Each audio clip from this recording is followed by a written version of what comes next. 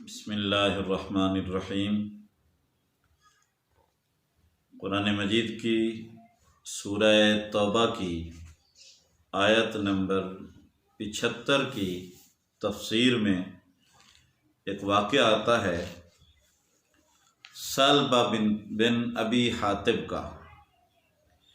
یہاں سے لوگوں کو مغالطہ بھی لگتا ہے ثعلبہ بن حاتب اور ثعلبہ بن ابی حاتب کے درمیان۔ ثعلبہ بن حاتب جو تھے یہ تو بدری صحابی تھے رضی اللہ تعالیٰ عنہ، اور ان کی شہادت جو ہے غزوہ احد میں یہ شہید ہوئے ہیں، اور یہ جس کا واقعہ تفسیر میں ہے یہ ثعلبہ بن ابی حاتب ہے۔ تو یہ ایک منافق آدمی تھا، اور اس کے بارے میں قرآن مجید کی تفسیر کے اندر یہ تفصیل کے ساتھ واقعہ آیا ہے۔ ثعلبہ نبی کریم صلی اللہ علیہ وآلہ وسلم کی بارگاہ میں آپ کی مجلس اقدس میں بیٹھا کرتا تھا۔ ایک دن کہنے لگا یا رسول اللہ آپ دعا کریں کہ اللہ مجھے کثیر مال عطا کرے۔ نبی کریم صلی اللہ علیہ وسلم نے فرمایا ثعلبہ جتنا تھوڑا ملا ہوا ہے وہ بہتر ہے جس کا شکر ادا کر سکتے ہو۔ اگر کثیر مل گیا تو ہو سکتا ہے اس کا شکر ادا نہ کر سکو، لہذا کثیر سے قلیل اچھا ہے جس کا شکر ادا کر سکو۔ ثعلبہ پھر آ کر نبی کریم صلی اللہ علیہ وسلم سے عرض کرنے لگا یا رسول اللہ آپ دعا کریں میرے لیے مال کی، کثرت مال کی۔ تو نبی کریم صلی اللہ علیہ وسلم نے پھر سمجھایا کہ ثعلبہ اپنے نبی کو دیکھ، تیرا نبی اگر چاہے تو یہ پہاڑ سونے کے بن کے میرے ساتھ ساتھ چلیں، لیکن جب میں دنیا کو پسند نہیں کرتا تو بھی میری طرح ہو جا، میری سیرت پہ عمل کر اور اس دنیا سے کنارہ کشی اختیار کر۔ ثعلبہ نے پھر کہا نہیں جی آپ میرے لیے دعا کریں، میں اس مال سے صدقہ بھی دوں گا اور میں خود نیک ہو جاؤں گا، اچھا ہو جاؤں گا۔ یہ قرآن مجید کی سورہ توبہ کی آیت نمبر 75 سے یہ سارا مضمون پڑھا جا سکتا ہے۔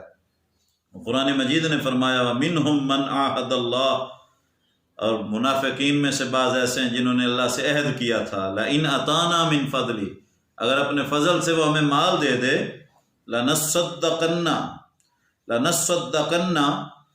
تو ہم ضرور صدقہ کریں گے، وَلَنَكُونَنَّ مِنَ الصَّالِحِينَ اور ضرور نیکوں میں سے ہو جائیں گے۔ تو خیر اس نے بار بار جب کہا تو سرکار نے دعا فرما دی یا اللہ ثعلبہ کو کثرت مال عطا فرما۔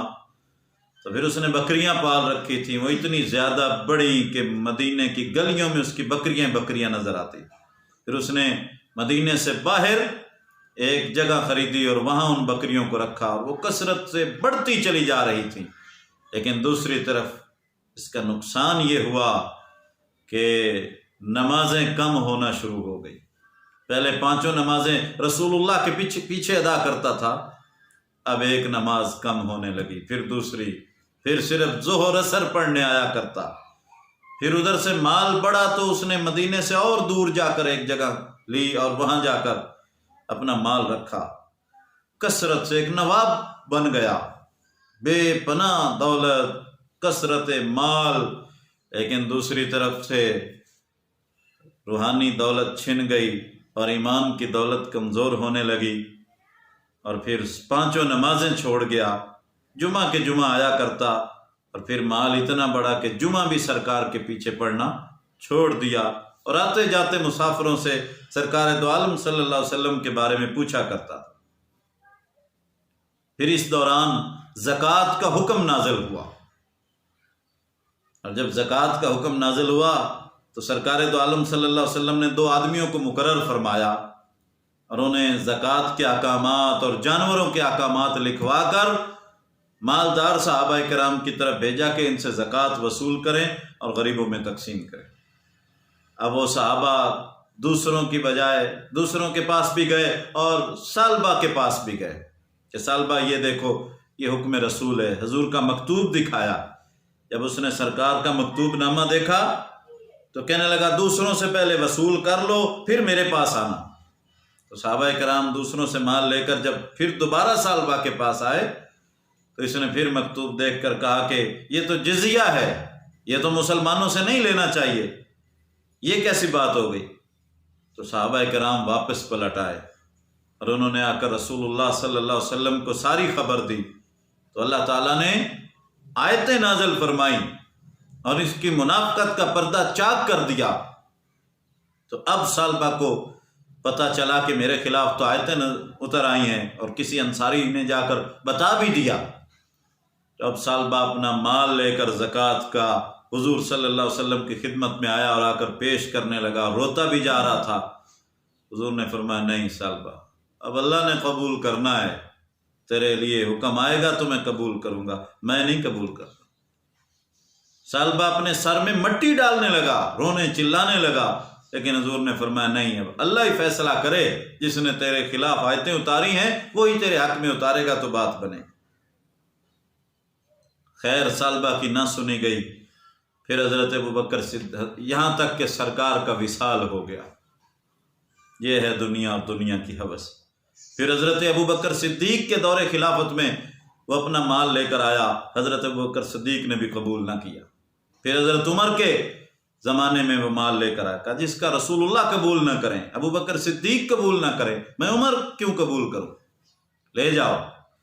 پھر حضرت عثمان غنی کے دور میں آیا تو آپ نے بھی اس کا مال قبول نہیں کیا، یہاں تک کہ دور عثمانی میں وہ مر گیا، نہ دین رہا نہ دنیا رہی۔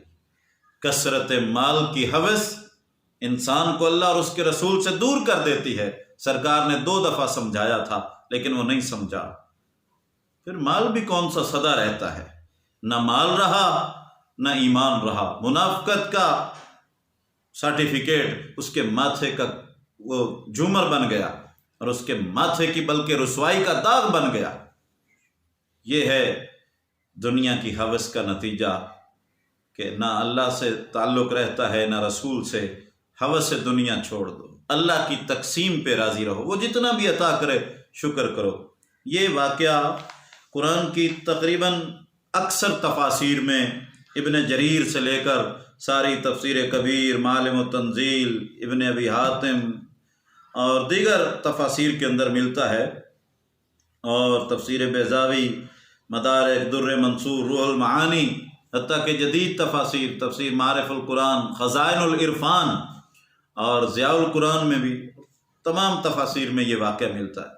لیکن ایک چیز کی وضاحت ضروری ہے کہ یہ سالبہ بن حاطب بدری صحابی نہیں تھے، یہ سالبہ بن ابی حاطب تھے جو منافق تھے۔ وہ سالبہ بن حاطب جس کا نام غلطی سے مفسرین نے لکھ دیا، اور کچھ مفسرین نے اس کا انکار بھی کیا ہے، انہوں نے بتایا کہ یہ ابن ابی حاطب ہے، یہ ابن حاطب نہیں ہے۔ تو یہ فرق معلوم ہونا چاہیے۔ باقی یہ بڑا دردناک واقعہ ہے کہ دنیا کا مال کس طرح بندے کو اللہ اور اس کے رسول سے دور کرتا ہے۔ اللہ سے پناہ مانگنی چاہیے کہ مال دے تو ساتھ ایمان کی دولت بھی دے۔ آمین وآخر دعوانا الحمدللہ۔